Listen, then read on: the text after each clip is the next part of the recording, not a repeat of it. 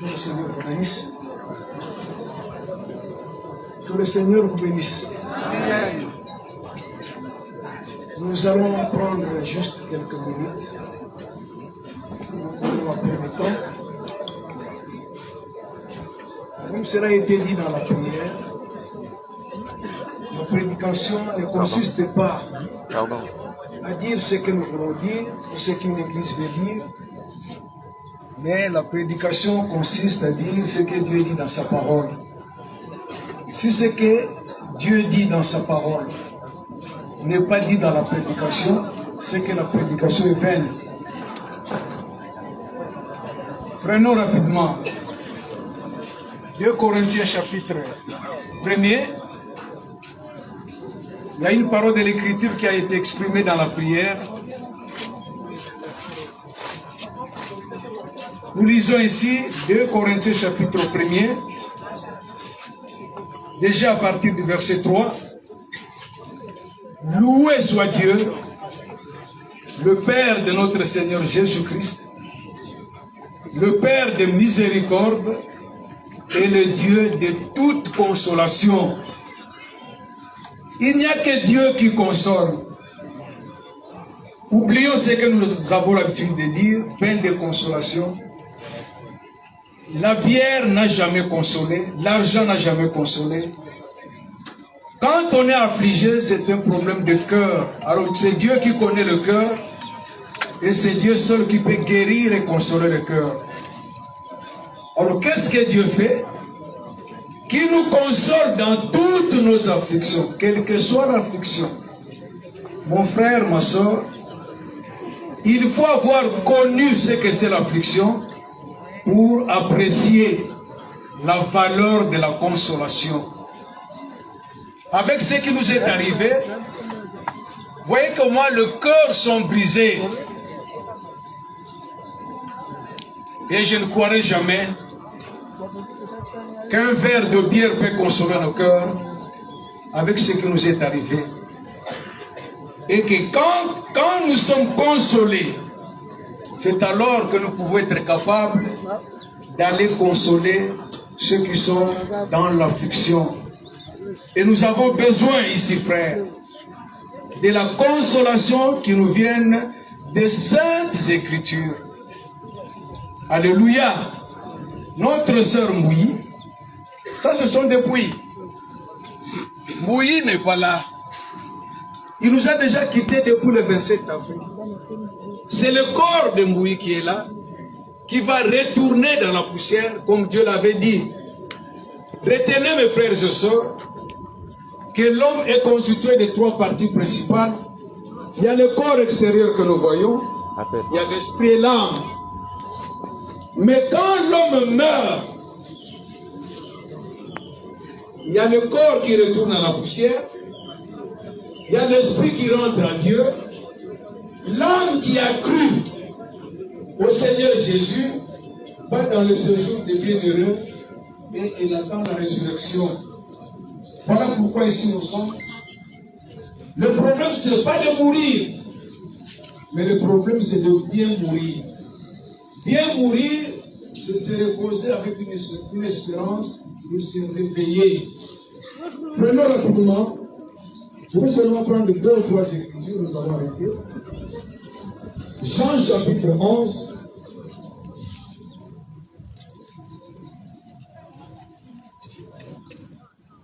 Prenons rapidement le verset 11. Après ces paroles, les questions de notre Seigneur Jésus, vous avez connu le passage de Jean 11 au sujet de Lazare qui était mort et le Seigneur a ressuscité. Jean 11, 11. Après ces paroles, Jésus leur dit: Lazare, notre ami. C'est mieux d'être ami de Jésus. La Bible dit qu'il est l'ami fidèle. Il est le seul capable de t'accompagner, même quand tu traverses la vallée de l'ombre de la mort. Nous avons tellement aimé notre sœur Chantal que nous ne voulions pas. Cet après-midi, nous allons l'abandonner quelque part et nous allons nous rentrer. Alléluia. Quel que soit l'amour que nous avons pour elle. Et bientôt là, nous allons l'abandonner pour qui sort. Mais elle n'est pas seule. Le Seigneur est avec elle. Alors l'Écriture dit, Lazare, notre ami, j'ose croire ici ce matin, il y a des amis de Jésus. Qui est la notre ami Lazare dort. Alors qu'il était déjà mort. Qui est cet homme qui a le pouvoir d'appeler la mort comme le sommeil? C'est celui qui a le pouvoir de nous lever. Alléluia. Seul il est capable de dire, Lazare, notre ami, dort. Mais je vais le réveiller. Il en a le pouvoir, frère. Et il en a prouvé ce jour-là. Lazare qui était dans le sépulcre 4 jours. Et qu'il sentait déjà, 2 mots suffisaient pour que le mort revienne à la vie. Alléluia. Jésus-Christ est le même hier, aujourd'hui et éternellement. Jésus n'a pas fait de cérémonie. Il a seulement dit Lazare sort et le miracle se produit. Pour terminer, frère, comment nous devons être consolés en tant que chrétiens, puisque notre sœur, en réalité, nous vous disons qu'elle est morte, mais devant Dieu, elle s'endort, elle se repose. Dans 1 Thessaloniciens chapitre 4, écoutez le verset 13.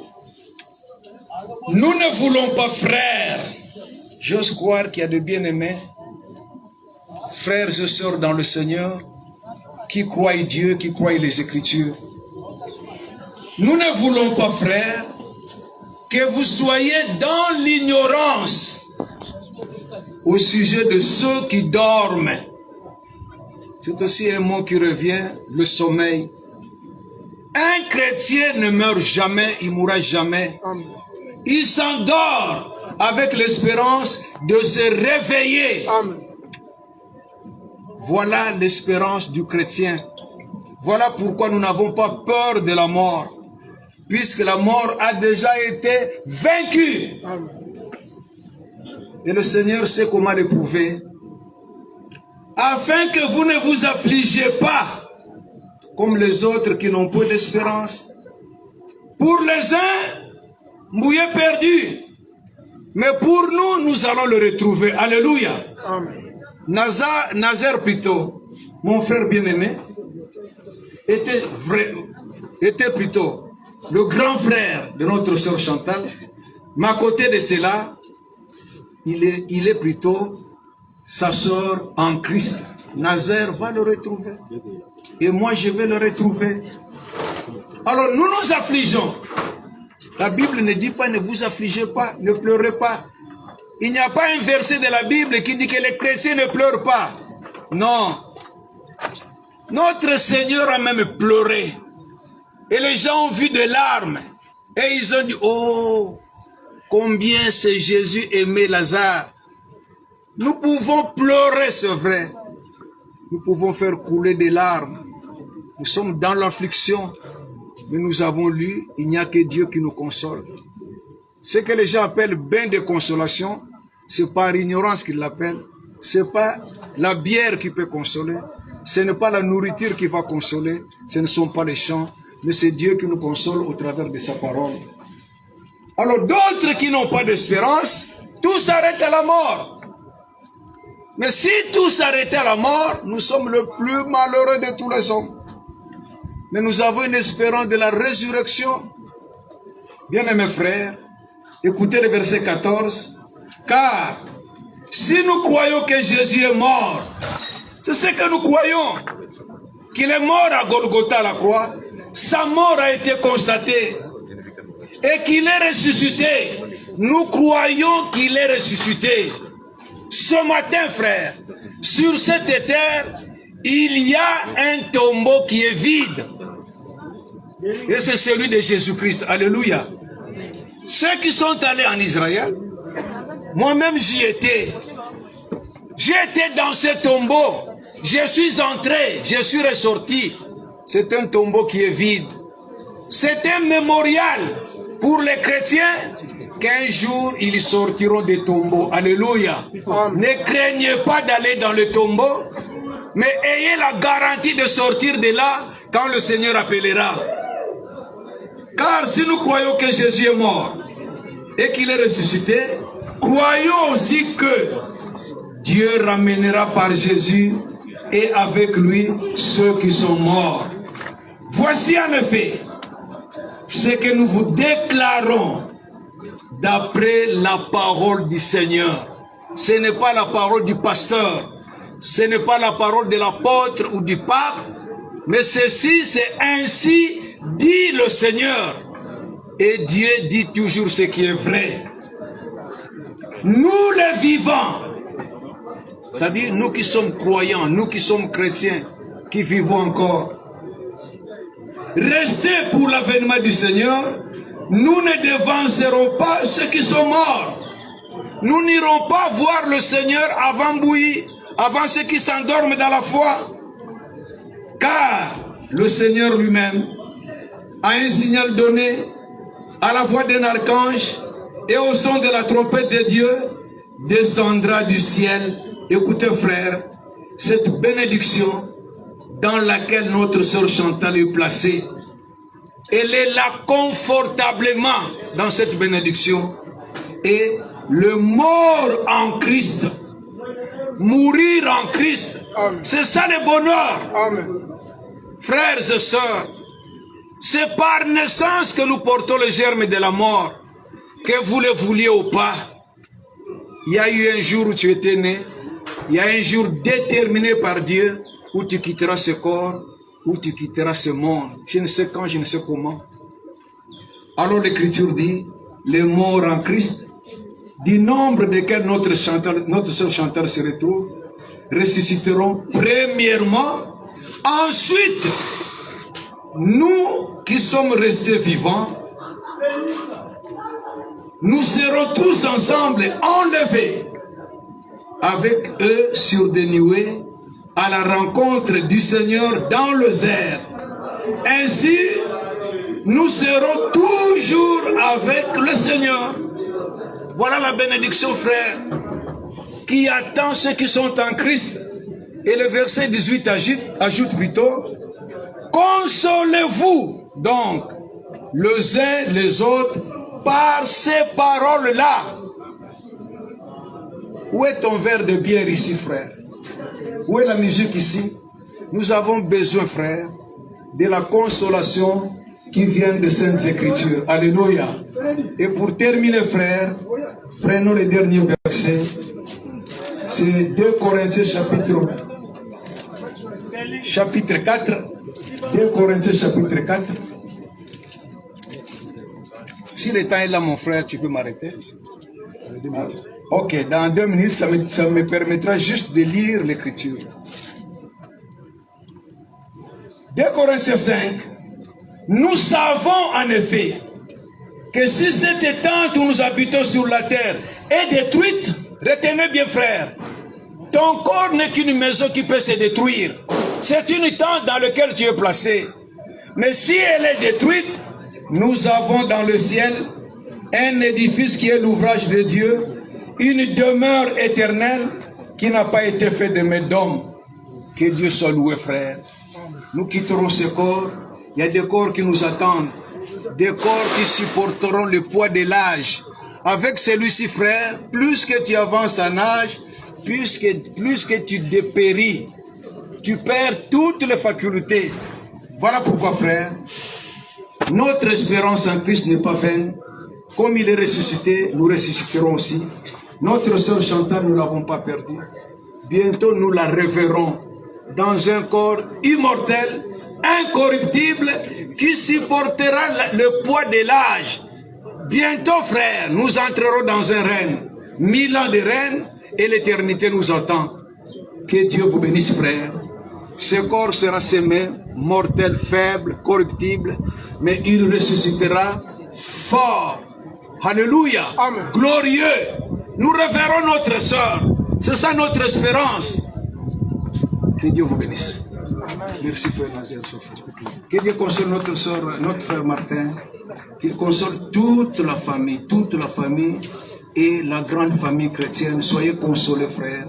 Bientôt, nous nous reverrons et notre joie sera éternelle. Que Dieu vous bénisse. Bon, nous allons incliner nos têtes. Nous voulons dire un mot de prière. Dieu, notre Père Céleste, la plaie est là. Elle est vive. Elle est profonde. Mais notre consolation est grande. Il n'y a que Dieu qui peut guérir le cœur. Seigneur, console-nous. Nos cœurs sont tellement affligés que nous n'avons pas besoin de ce que les hommes proposent comme consolation. Bien-aimé Père Céleste, tu as consolé Abraham de la mort de Sarah. Console Martin de la mort de sa femme. Tu as consolé Job de la mort de ses enfants et de tous les maux qui lui étaient arrivés, avec ce qui nous arrive avec le départ de notre sœur. Certes, on est affligé, mais pas comme des païens. Nous avons une espérance vivante que bientôt le Seigneur reviendra. Il appellera et notre sœur Chantal sortira de la tombe dans un corps immortel et incorruptible et nous serons changés. Et ensemble, nous irons à la rencontre du Seigneur dans les airs. Seigneur, merci. Accorde à chacun de nous une dose qui est suffisante pour la consolation. Il n'y a que toi qui peux sécher les larmes. Il n'y a que toi qui peux guérir le cœur. Seigneur, regarde la famille. Regarde tous ces cœurs brisés. L'or et l'argent ne suffiront jamais à la place de notre sœur. Nous l'avons aimée et elle nous a aimés. Elle était chère pour chacun de nous. Mais ta souveraineté a tranché. Comme ton serviteur Nazaire pouvait bien le dire. Seigneur, nous nous inclinons. Ta volonté a été faite. Que ton nom soit loué. À toi la gloire. Bénis la suite du programme. Tout pour ton honneur et ta gloire. Au nom de Jésus-Christ. Amen. Amen. Est-ce qu'on peut acclamer pour le Seigneur? Nous allons commencer.